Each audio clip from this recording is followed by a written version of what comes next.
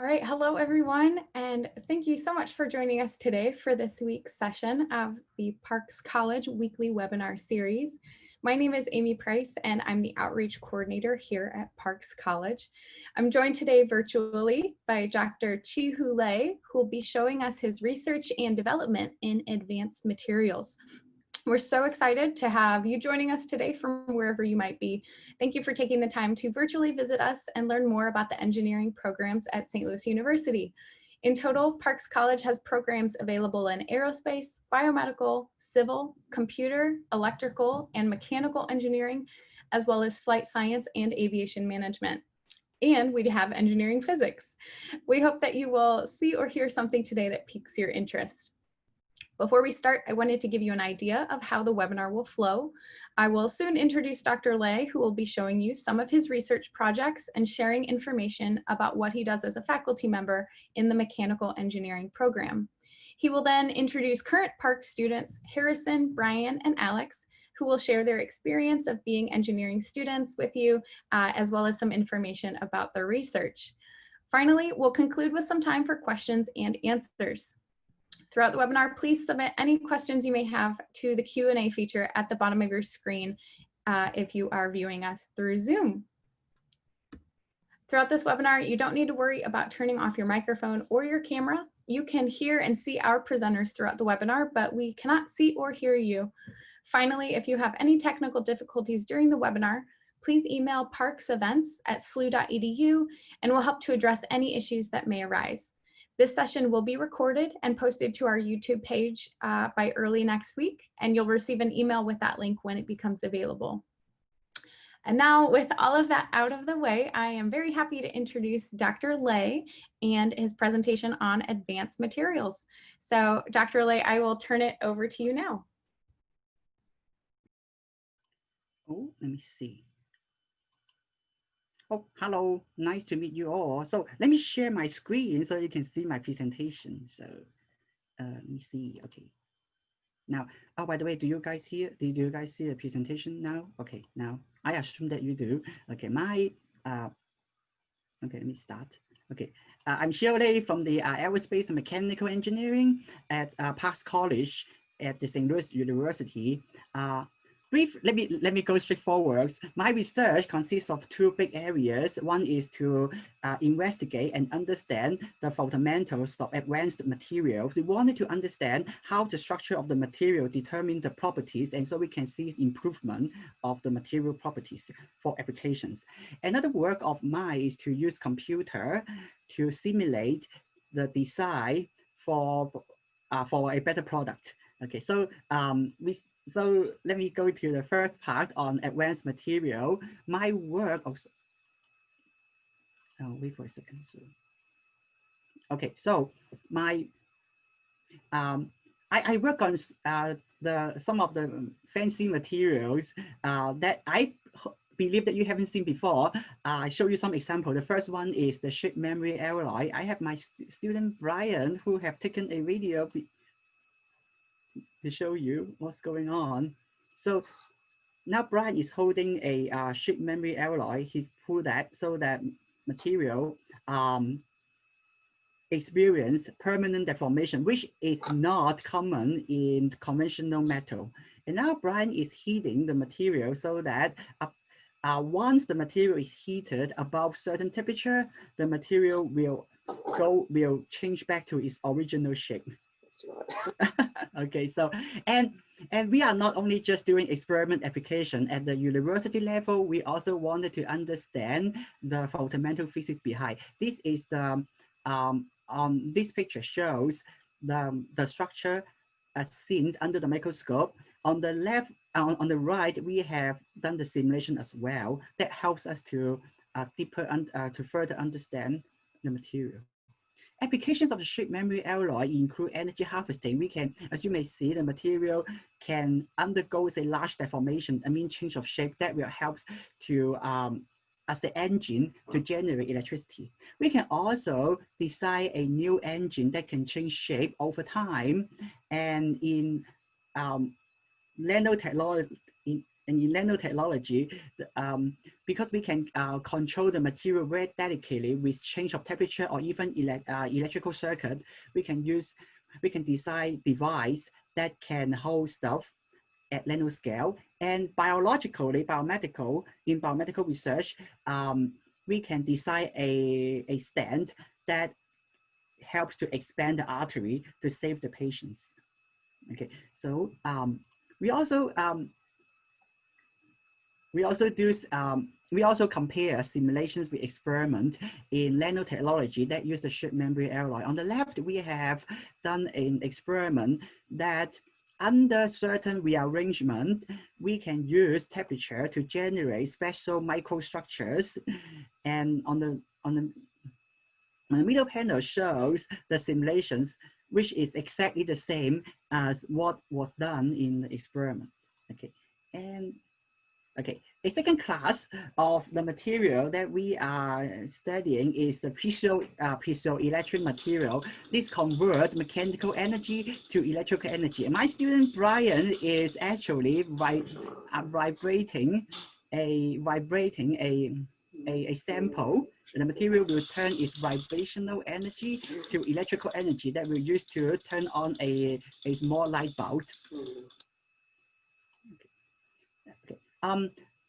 Piezoelectric material relate mechanical and electrical energy in a direct way. Actually, we can manipulate the conversion in the opposite way, so that in this example,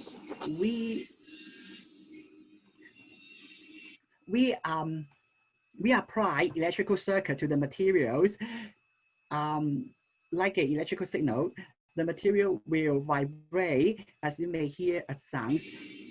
These applications will be used as a flexible speakers that will be in the market in the future. The sound comes from this thin film made up of piezoelectric material. A generalization of the piezoelectric material is the ferroelectric materials. And the ferroelectric material can change the microstructure if you apply electrical field, if you change the temperature.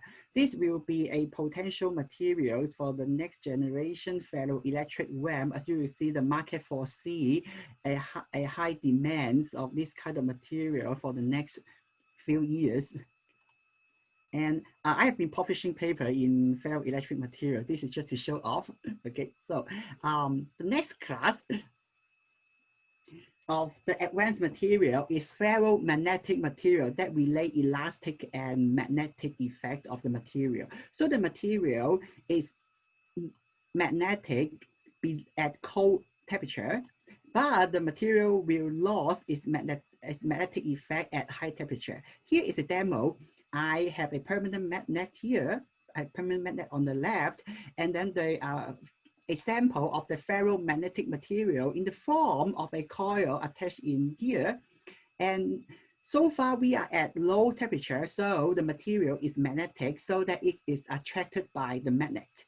Now, my student Brian is trying to heat the coil made up of ferromagnetic material with a candle. As you see that as temperature is high enough, the material will lose its magnetizations and not attracted by the magnet anymore. So the material will go, the coil will go down.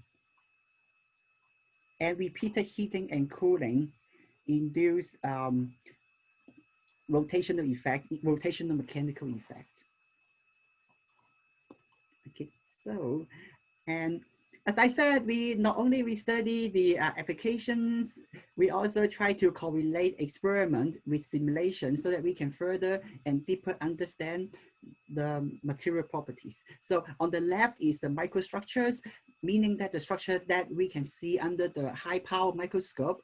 On the right is a simulation done by me. So let me skip some of the intermediate step. And you will see that at the end of the simulation, you see the same patterns between the experiment and simulation or modeling. And applications of the ferromagnetic material includes hard drive and MRI magnetic resonance images. Okay, and the next material is the thermoelectric material. And luckily, we have a student who is currently working on this project. I will let him to introduce this material. And then we have Harrison. Where is Harrison? There we go. It was taking a second to unmute. My name is Harrison Bartolome. I'm a senior aerospace engineering undergrad student here at Parks College. And I would like to introduce to you this material. It's called a thermoelectric material. And pretty much what it does is if you apply electrical voltage to it, it can create a pressure, or not pressure, a temperature difference so that you can harness, you can heat or cool things. So for example, when he plays the video, Brian is applying a voltage, and one side of the material is getting really hot. On the other side, it'll get really, really cold. So eventually he's going to switch the positive and negative terminals, and next thing you know, that side is going to get really cold. I'm using a thermal gun to show you how much this temperature changes. So if we watch it just a little bit, oh, there it goes. It will get really cold. Obviously, it just jumped up because Brian put his hand right in front of it. But what you're not seeing here is that we ran it for a little longer and it hit 50 degrees Fahrenheit. And on the other side, it was about 120 degrees Fahrenheit. So, Professor, if you would like to go to the next slide. Okay. So why thermoelectric materials are interesting is because their uses are so ambiguous. For example, I'm an aerospace engineer. That means I like planes, rockets, and spacecraft. And so one use for thermoelectric materials is you could put the thermoelectric material around this ion propulsion engine.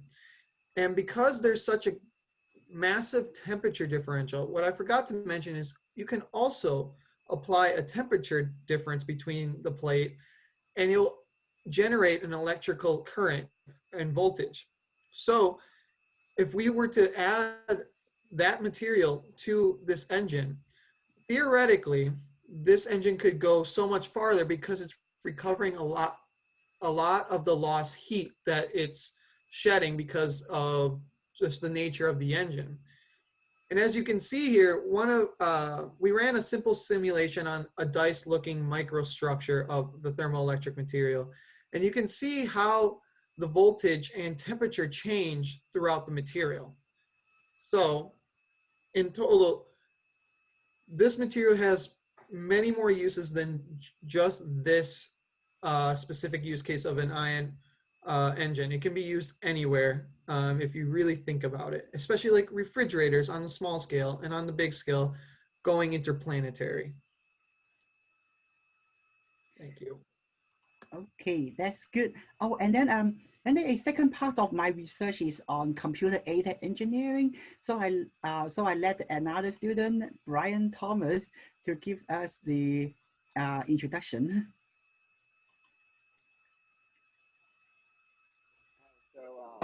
Some of my research has been in computer-aided engineering, looking at two-dimensional materials. So here you can see a simulation of graphene, which is a two-dimensional material, as in it's one thin sheet of atoms. Here you can see two-layer graphene, where there's two sheets of atoms, and each of those little dots is an individual atom. And we looked at the effect of vacancies on the strength of material. So when you make this material in the lab, it's not going to be perfect. There's going to be holes, there's going to be mismatched bonds. And so by understanding how strong they can be when they're perfect and how strong they are in reality with defects, we can get a more realistic understanding of how we can use material in the future. So yeah, and then also you can see, this is me presenting some of this research at WashU last year at a conference. So yeah.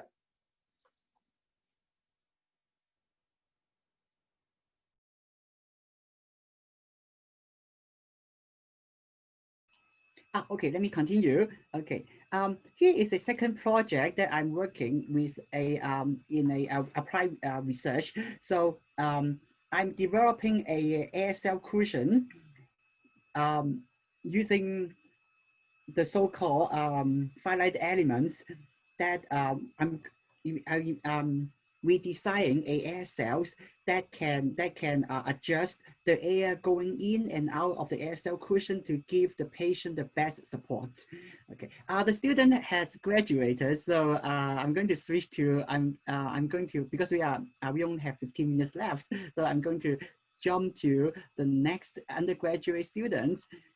Alex Embry will go over his research with me on two projects. Hi everyone, I'm Alex Ambro. Currently I'm a master's student here at SLU. I graduated in May with my undergraduate degree in aerospace engineering.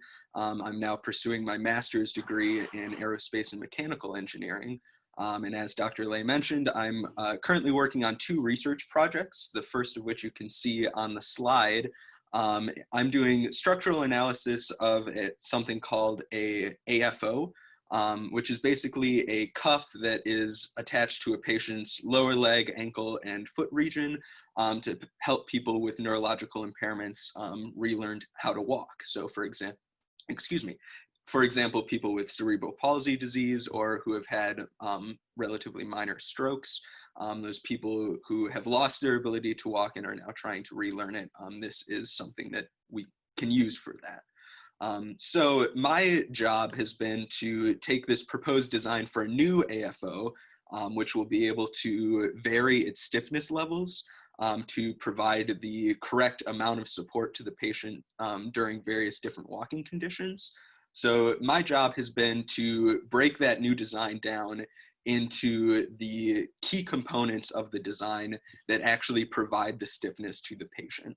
And then I've been doing structural analysis on it using something called the finite element method, which is basically something that we use to break a complicated structure down into a series of small elements that can be rectangles or triangles, something that's easy for us to simulate and understand. So if we break one big thing down into all of these little things, we can apply the relevant loads to that system and see how it will respond to the loads we anticipate it will experience. So some of the results of that research is shown on the slide. I'm also shown presenting some of that research in New Orleans last March, shortly before the world shut down. So that's one project. The next project that I'm working on is the similar structural analysis for a different project. This is structural analysis of a low altitude rocket stability system, which was my senior design project last year. Me and five other students built a rocket, which you can see on the right side of the slide. And the goal of this rocket was to build a system with 4 canards, which are the fins on the upper part of the rocket, that will be able to correct the course of the rocket as it's flying to keep it on the ideal course and make sure that it achieves its maximum altitude. So due to time constraints and the pandemic, one of the parts of this project we didn't get to do last spring was a full structural analysis of the final design of the system. So that's one of the things I'm working on now. Essentially, I'm applying the loads that we think the system will experience in flight to it via these finite element simulations, and testing to see how the system will respond. The results you see here are preliminary. This work is very much a work in progress, so it's not representative of what our final results will be, but we are attempting to apply these structural loads to it, and we'll also down the road be simulating some of the flow of the fluid over the system as well.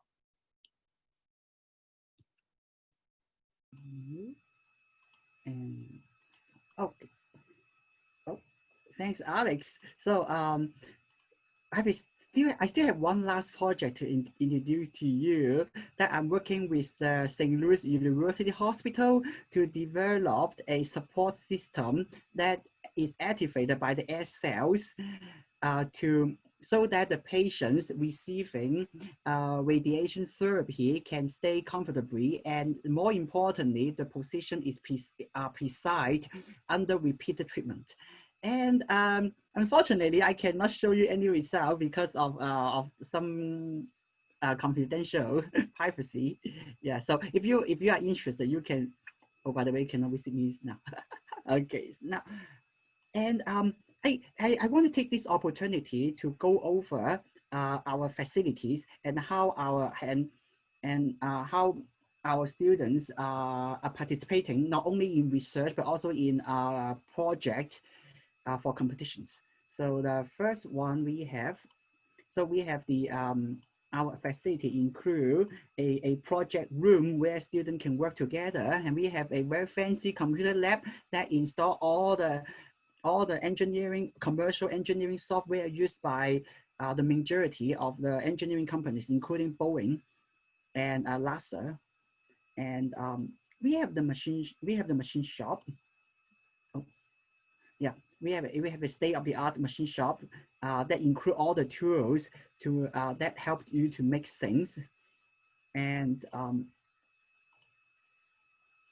okay, we also have several special labs for special purposes. This includes composite materials lab. As you will see, composite materials is becoming more popular in engineering, and we have the CNC machine that is large scale machining machine that used to fabricate components.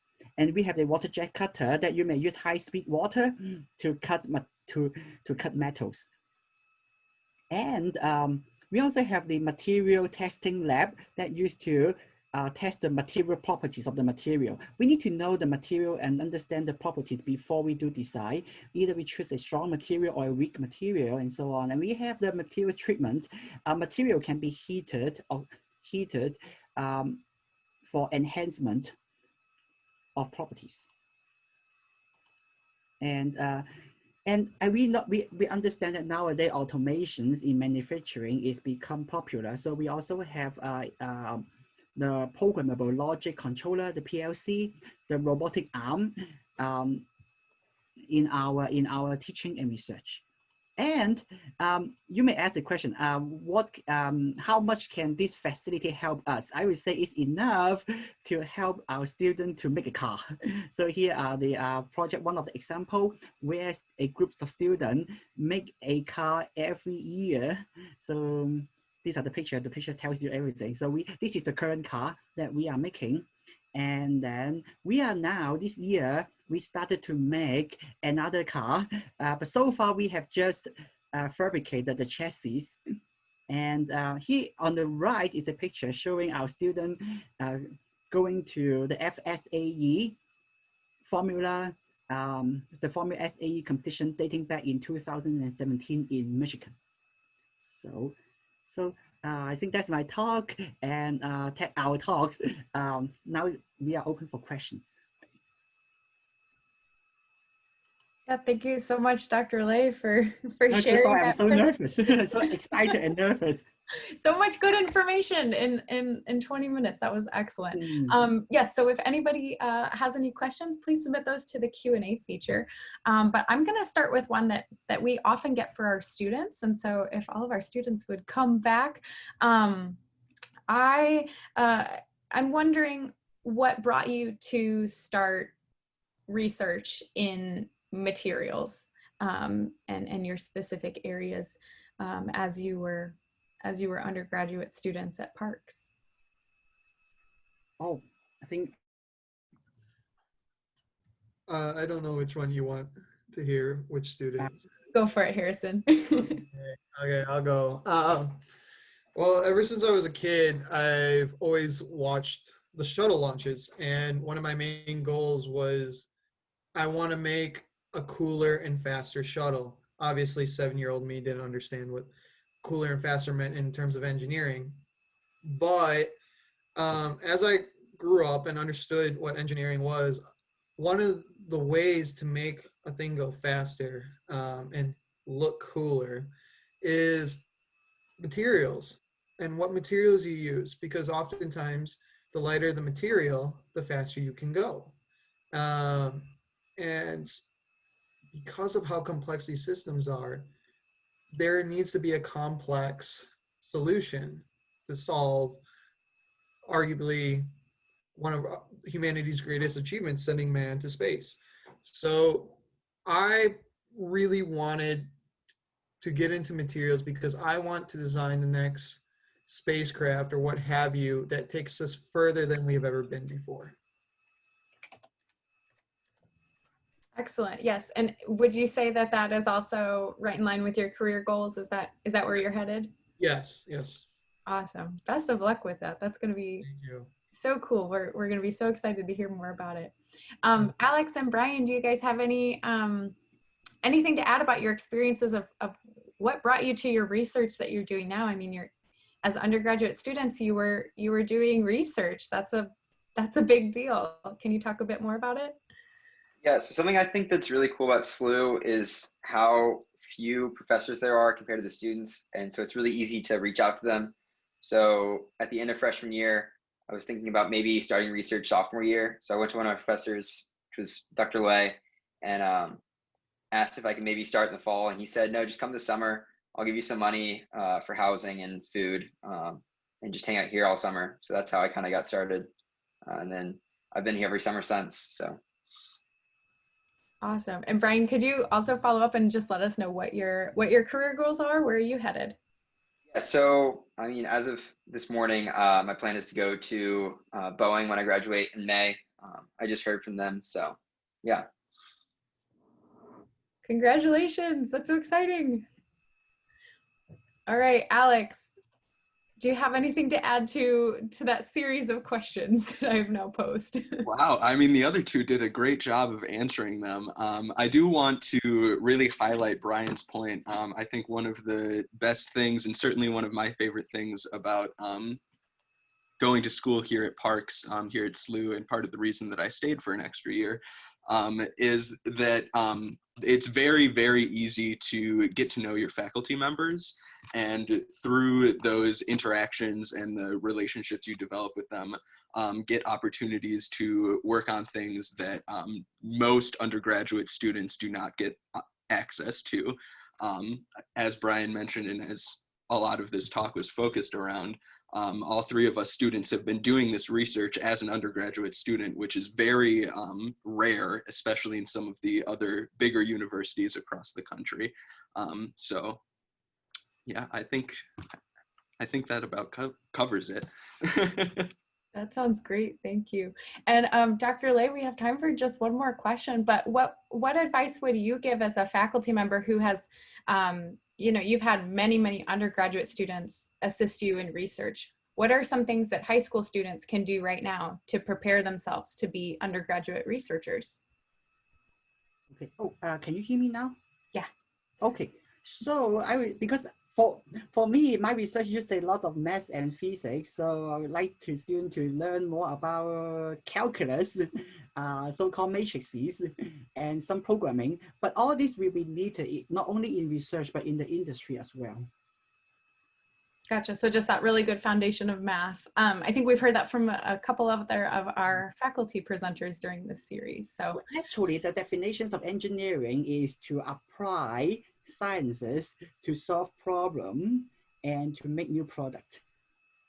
Excellent. Yes. And you've definitely shown us the multitude of ways that is accomplished in your research. So thank you again, Dr. Lay, Harrison, Brian, Alex, thank you so much for joining us today and sharing your perspectives. We are just now out of time, but I also want to thank you on the other side of the screen who's viewing, and thank you for joining us today. If you would like to learn more about the engineering programs at SLU, please visit slu.edu/parks. And as always, please feel free to reach out to us at parksevents@slu.edu if you would like to connect further and learn more. And finally, please plan to join us next week for another installment of our weekly webinar series that will be on Wednesday, October 4th at 1 p.m. Central Time, and we'll be visiting the tissue lab within our biomedical engineering program. So thank you again and have a great rest of your day.